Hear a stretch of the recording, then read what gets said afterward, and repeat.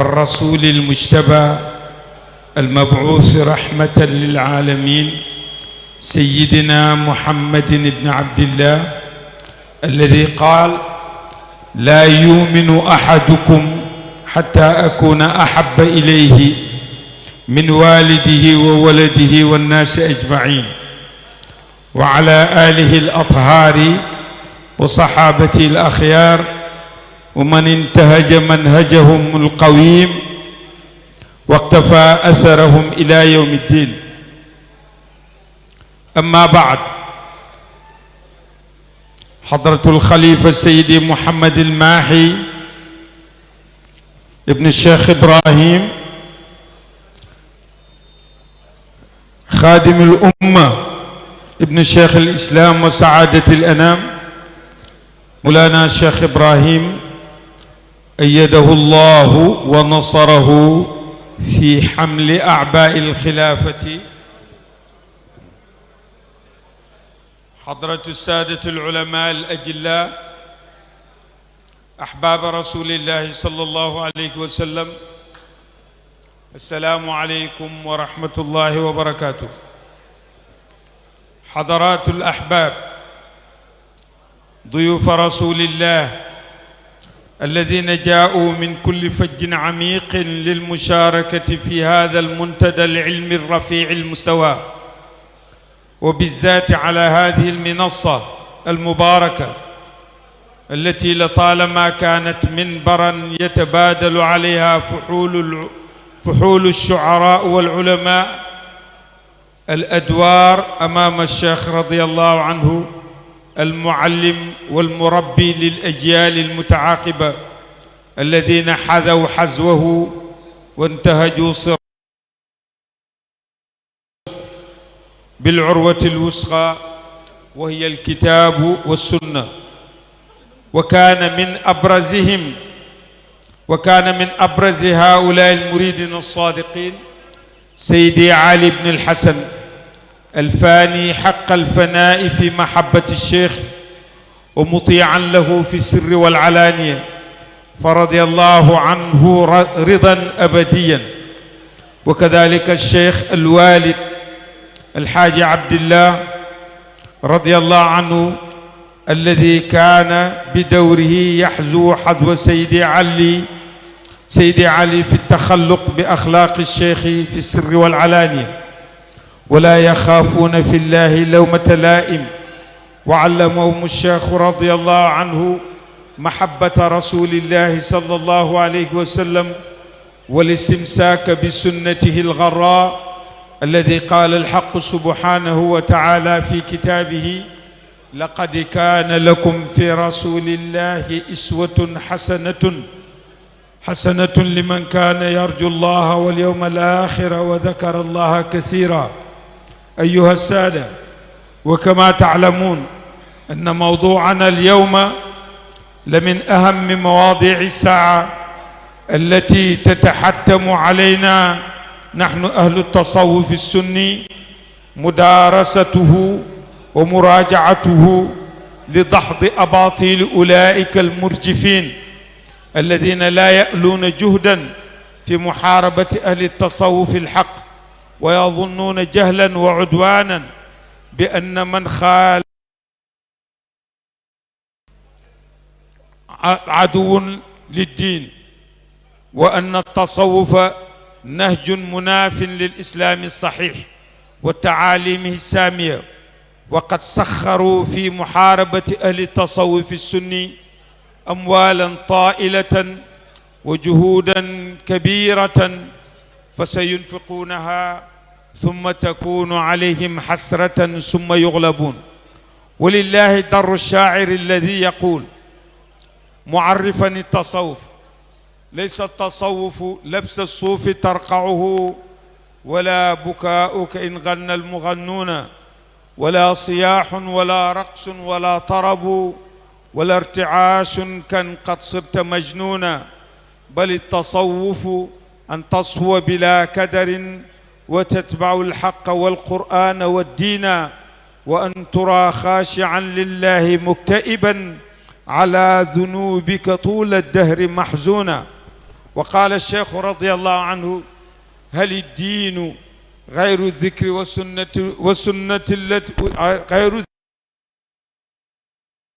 المصطفى صحت فتلك دوائي. أي الناس خلوا الهزل وقفوا محمدا وإلا ترون الدهر جد برائي.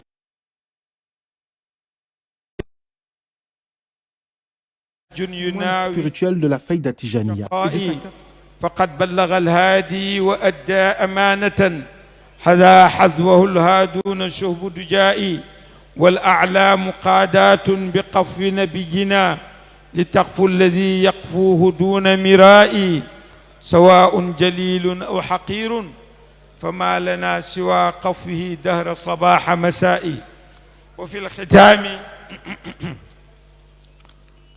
الختام نجدد الترحيب بالضيوف الكرام ونتمنى لهم إقامة روحية سعيدة في هذه الحضرة الإبراهيمية، حضرة حبيب رسول الله صلى الله عليه وسلم.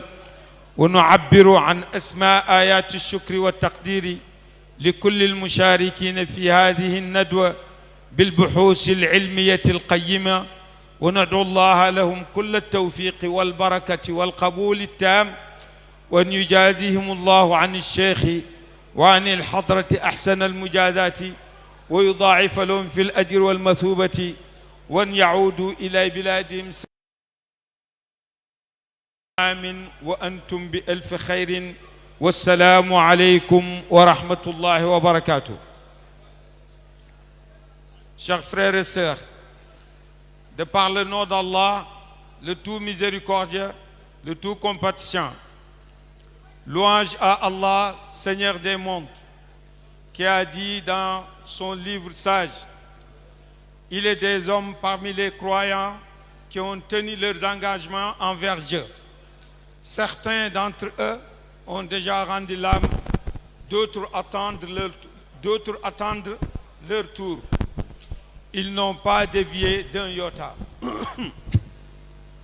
Que le salut et la paix soient sur le Maître suprême, le bien-aimé d'Allah, le choisi, le messager envoyé en miséricorde pour les créatures, notre Maître Muhammad ibn Abdullah, qui a dit dans un hadith rapporté par Al-Bukhari dans son Sahih: aucun d'entre vous ne croit vraiment tant que je ne lui suis pas plus cher que son père, son fils et tous les gens réunis, et sur sa famille purifiée, ses compagnons vertueux, ainsi que sur tous ceux qui ont suivi leur voie droite et ont marché sur leur trajet jusqu'au jour du jugement.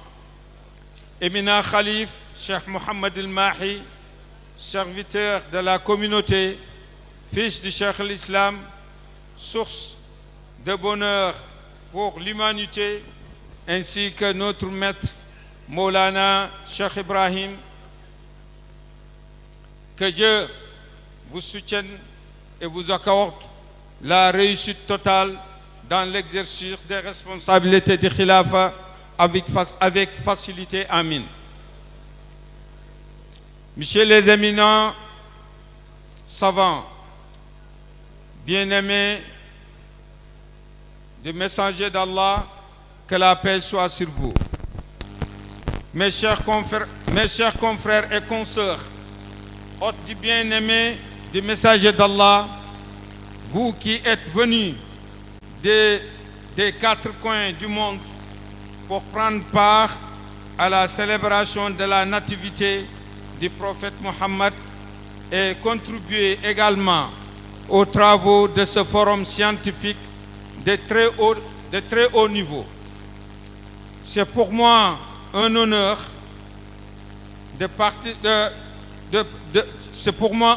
particulier de m'exprimer sur cette tribune bénie qui a toujours constitué un lieu privilégié d'échange pour les grands poètes et les éminents savants en présence du Cheikh, que Dieu soit satisfait de lui. Il fut le maître, l'éducateur des générations successives qui, à son exemple, ont scrupuleusement suivi son exemple et emprunté sa voie droite, fondée sur l'attachement ferme à la corde solide que sont le Coran et la Sunna. Parmi les plus éminents entre eux figuraient ses disciples sincères et dévoués, au premier rang desquels se distinguait Seydi Ali ibn al-Hassan, entièrement consommé par l'amour et l'attachement envers Cheikh. Il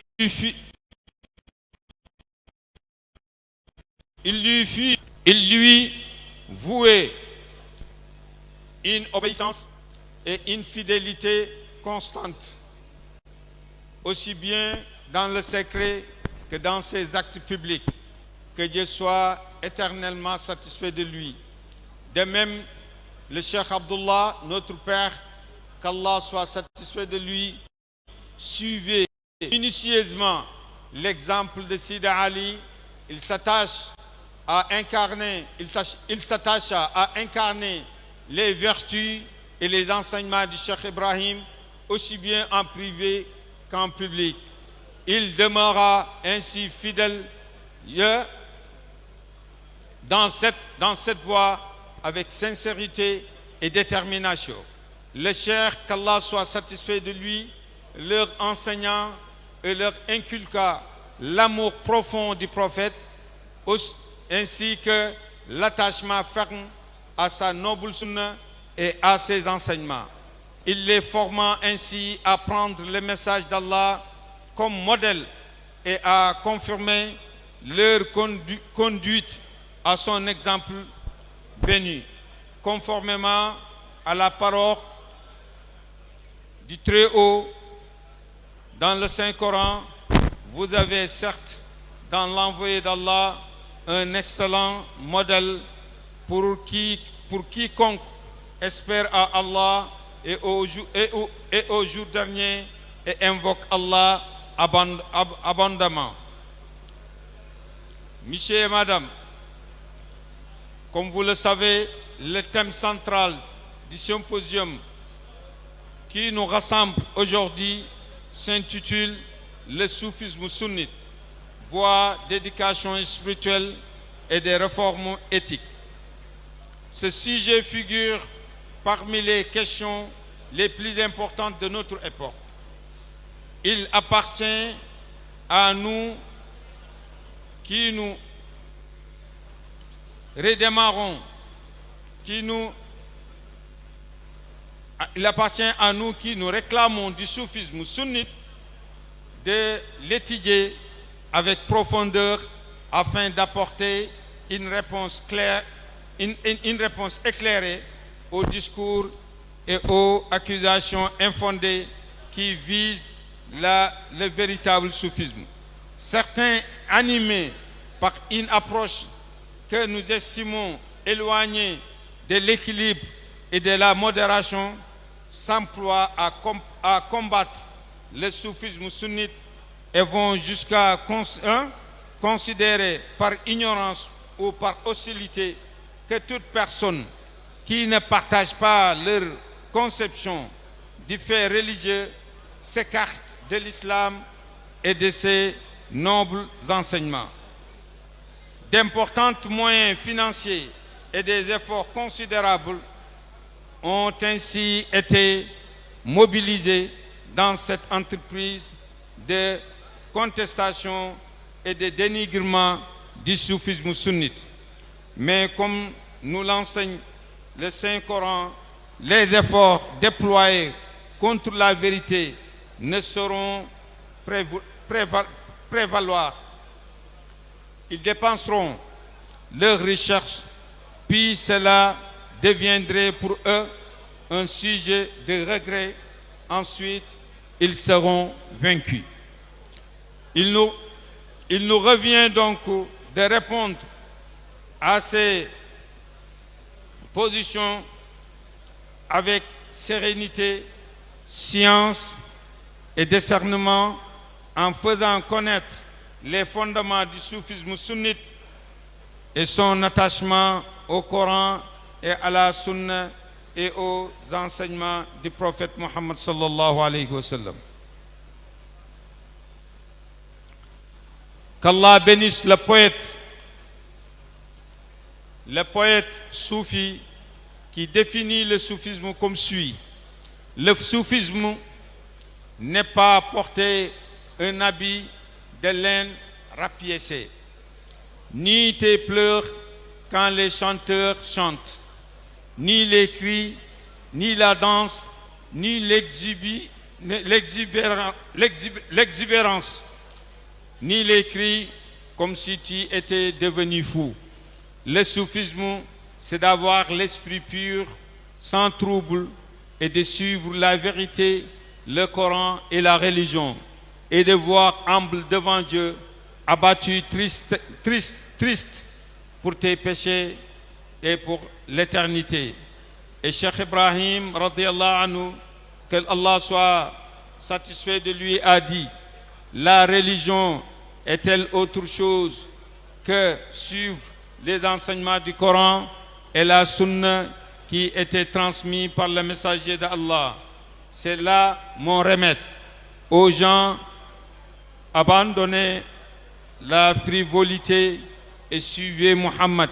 Sinon, vous verrez que je me suis complètement détaché de vous pour de bon. Accrochez-vous à la corde de Dieu. Accrochez-vous à la corde de Dieu en toute confiance, car la voie qui se pose au zikr est une voie de malheur. Le guide a transmis son message et rempli sa mission. Les savants, tels des étoiles filantes, ont suivi ses traces, et les grands savants ont pris le flambeau en suivant strictement la sunna de notre prophète, afin que vous vous teniez là où ils se tiennent sans controverse. Enfin, nous réitérons nos souhaits de bienvenue aux éminents invités en leur souhaitant un séjour spirituel accompli au sein de la Hadra al-Ibrahimiyya radiyallahu anhu. Nous adressons notre sincère reconnaissance à tous les intervenants pour leur enrichissante contribution scientifique. Nous prions le Tout-Puissant de couronner leurs attachements de succès, d'agréer leur œuvre et de les récompenser grandement au nom de Cheikh et au nom de la Hadra. Puisse-t-il leur accorder un retour serein dans leur foyer, entouré de ses faveurs. Assalaamu aleykum wa rahmatullahi wa barakatuh. Kon ci gàttal rek ci ñaari baat dañ doon tàttagal rek gan yi nga xam ne ñoo fi ñëw, surtout ñi nga xam ne dañuy ñëw pour joxe seen participation ci forum bii nii, di leen tàttagal ci turi pays bi, ci turi borom pays bi, di leen ñaanal yàlla ñu dal ci jàmm te incha allah dellu itam ci jàmm. Yàlla mën na lool, yàlla ñu ko yàlla defal. Gannaaw gi itam wax naa ne ñi nga xam ne ñoom lañ jagleel bés bi muy Seydi Ali ak Alxaaji Abdullah, ñaari royuwaay lañ yoo xam ne bàyyi leen yaral boppam. lépp loo gisut ci Baay boo ko seetee ci ñoom danga ko ci gis, ndax Baay daanaka dafa def te jëli ci ñoom. kon ñi ngi ñaan yàlla dool ñu tawfiq, wa ma dalika allah ala allah bi aziz. di gërëm di leen gërëm yéen ñépp, di ñaan yàlla def jotaay yi mu jotaay barke te njëriñoo ko. wa ma dalika allah bi aziz. assalaamu aleykum.